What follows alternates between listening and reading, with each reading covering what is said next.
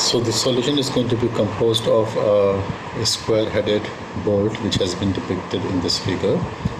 In fact, from this particular figure we are going to take the solution which is now going to be highlighted by red. This is what is going to be shown in the front view, and it might be also noted that the view which has been drawn in the left, that is the left side view, is also going to be part of the solution.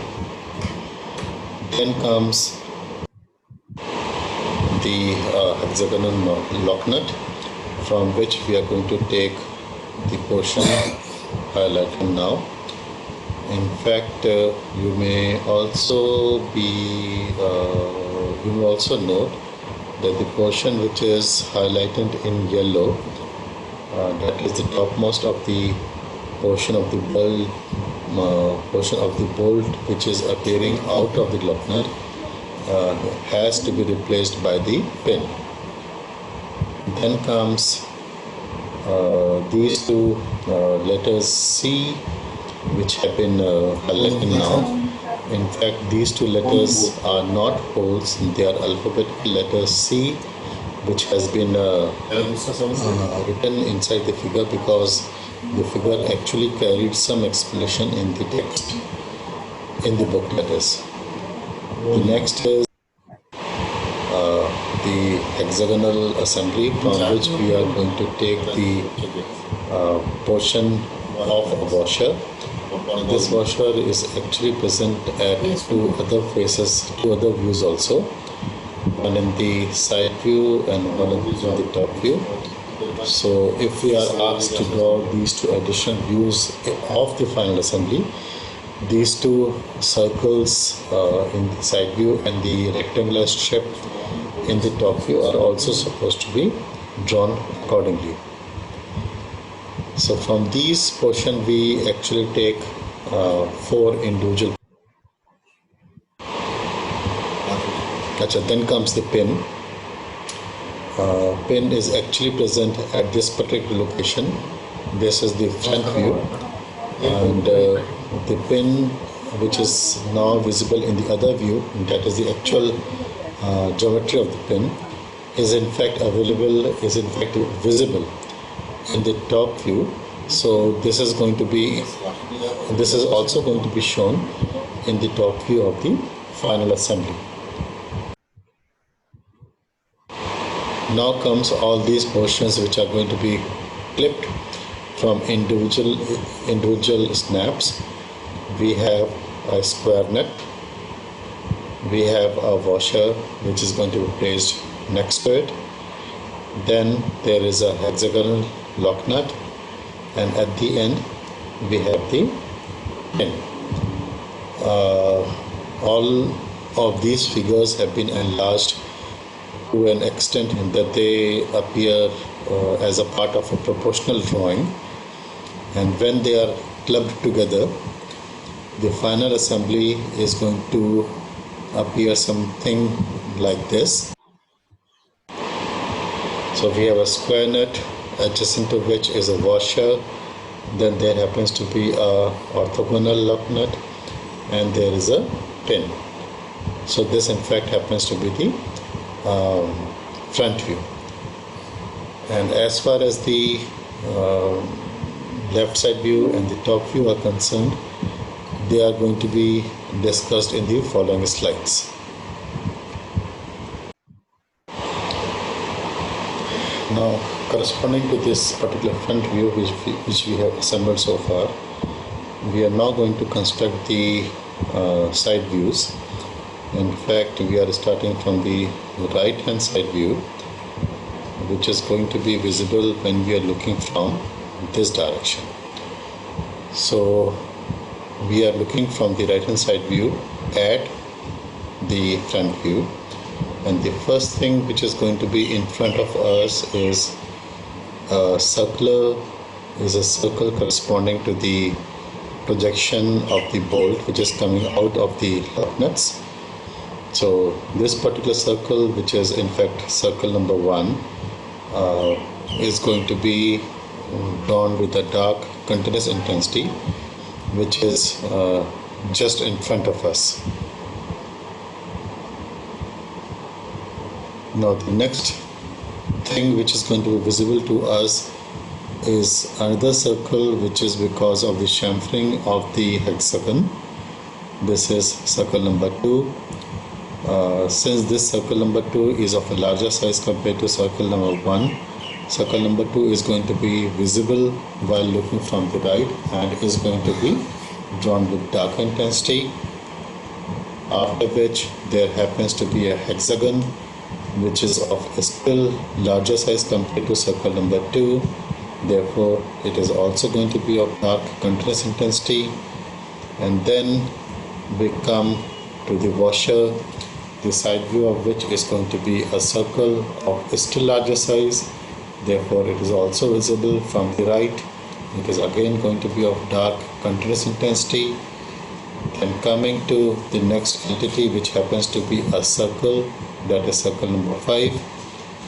In fact, the size of circle number 5 and circle number 1, they are going to be exactly the same, since it is the same bolt which is existing. Therefore, circle number 5 is not going to be drawn because it is exactly behind circle number 1. Therefore, you can say that the circle number 5 is not existing because it is being overshadowed by circle number 1. Now, next to circle number 5, there is a square due to the presence of the square head. In fact, this is of a size smaller than the washer, that is circle number 4. Therefore, it is not going to be visible while you are looking from the right hand side, but still it is present over there. Therefore, its presence is going to be shown with respect to dark broken lines in the right hand side view. After square number 6, we come to a circular entity, which is a process of chamfering carried out in the square head. In fact, this circle is also not visible while you are looking from the right hand side view. Therefore, it is going to be drawn with dark broken intensity.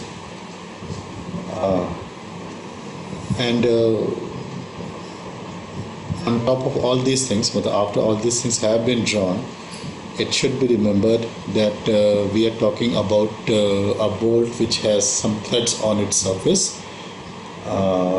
When you are looking from the right, the threads are actually going to be visible. Therefore, they are supposed to be indicated with the dark continuous lines. And since we are talking about the external threads have their own sign convention. The outer circle corresponding to the external thread is going to be dark continuous, while the inner circle is going to be 3/4 of the size. It's going to be dark broken. Now, I suppose this completes the right hand side view. It has to be properly dimensioned also, and all these headings such as circle number 1, circle number 2, which I have written over here, and they are simply for the illustration purpose. They are not supposed to be part of the drawing itself. Now, after the right hand side view, we come to the left hand side view. So we start with the left hand side view once again. In fact, the left hand side view is going to be visible when we are looking from the left. So we once again start with all those entities. Starting from the right, we have a circle which is not going to be visible while looking from the left. Therefore, it has to be drawn with a dark broken pattern. Then circle corresponding to the hexagon nut. This is also not visible. Then hexagon itself, because of the hexagon nut, this is also not visible. Then comes the washer. Since the washer is of a size larger than the square head, therefore it is going to be visible. Therefore, it has to be drawn with a dark continuous intensity. Then we come to the circle number 5. In fact, it is of size equal to circle number 1, which was just discussed in the previous slide also. Both circle number 1 and circle number 5 are of equal diameter. Both of them in fact are not visible also, but they are not visible also, and therefore they have to be drawn with dark broken pattern. Now next comes your square, that is square number 6. In fact, the square number 6 is going to be overshadowed by the presence of another square which is lying just to the left of it at in the square head. Therefore square number 6 is not visible. In fact, the other square which is lying left to it is going to be visible, so it has to be drawn with a darker intensity. And similarly, the circle number 7 is also lying directly in front of the person when he is looking from the left. It also has to be drawn with a dark intensity. So that, I suppose, finishes the left side view also. Then we can come to the top side view, which has been illustrated in the next slide. Now we come to the last part of the drawing, that is the top view. And the first thing, for drawing the top view, we are looking at the top of the front view. So we are once again starting from the pin which is existing at the rightmost entity. This pin happens to be cylindrical in nature, so when you're looking at this pin from the side view, either the left or the right hand side view, it is visible as a circle.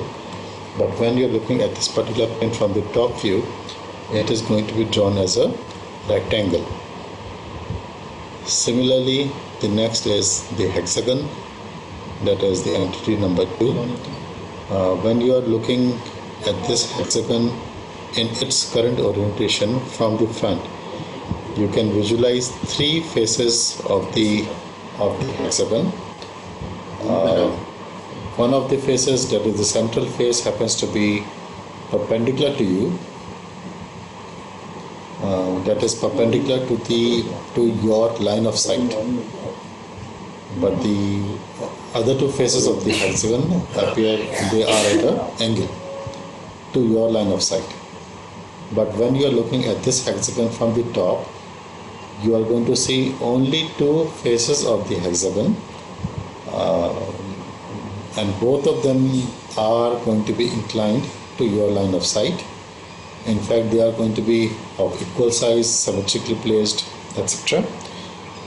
So there are some differences corresponding to the hexagon when you look at it from different directions, that is from the front view and from the top view. The next is the washer, which basically is a circular disc with a central hole. It is visible as a circle in the side views, but in the front and in the top view it is going to be visible as a rectangle. The next is this rectangular entity over here, which is because of the cylindrical bolt. This cylindrical bolt is visible as a circle in the side views, but in the top view and in the front view it is going to appear as a rectangle. The thing is, when you are looking at this particular cylinder along a direction which happens to be perpendicular to the direction of the bolt, it is going to be visible as a rectangle. And the thing is, when you are looking at it from the side view, that is either the left or the right, you are in fact looking at a cylinder along its axis, therefore it is visible as a circle. But when you are looking at this cylinder from the front or from the top, you are in fact looking along a direction which happens to be perpendicular to the axis of the bolt itself. Therefore, it is going to be visible as a a rectangle. Now the last entity is this particular square-headed square head, which is basically visible as a rectangle over here. When you are looking at it from the side view, it is going to be visible as a perfect square. But when you are looking at it from the front view or from the top view, it is going to be visible as a rectangle. So kindly note that different entities are going to be visible in different patterns when you are looking at them from different directions. So we have covered this particular assembly. We have in fact taken the assembly from different sources, different figures which were already coexisting in the book. We have broken down those figures. We have assembled them in this particular view according to the problem which has been asked. And as a last step, what we have done is that we have generated the front view, side view and the top view to sketch whichever solution is desired. This, I suppose, completes the entire video lecture on this topic. Kindly take care of the intensities with which you are drawing. Intensities corresponding to the actual presence of the object are going to be dark intensity, but as far as the center line, projection lines, dimension lines are concerned, they are supposed to be drawn with a lighter intensity. Lighter intensity means that they should be drawn with a pencil with a 2H intensity lead, and the dark intensity, I mean a line which has been drawn with a pencil having a HB lead. So that, I suppose, is finishes this particular topic. If you have any queries, you may contact me via your email addresses or the WhatsApp number. Thanks.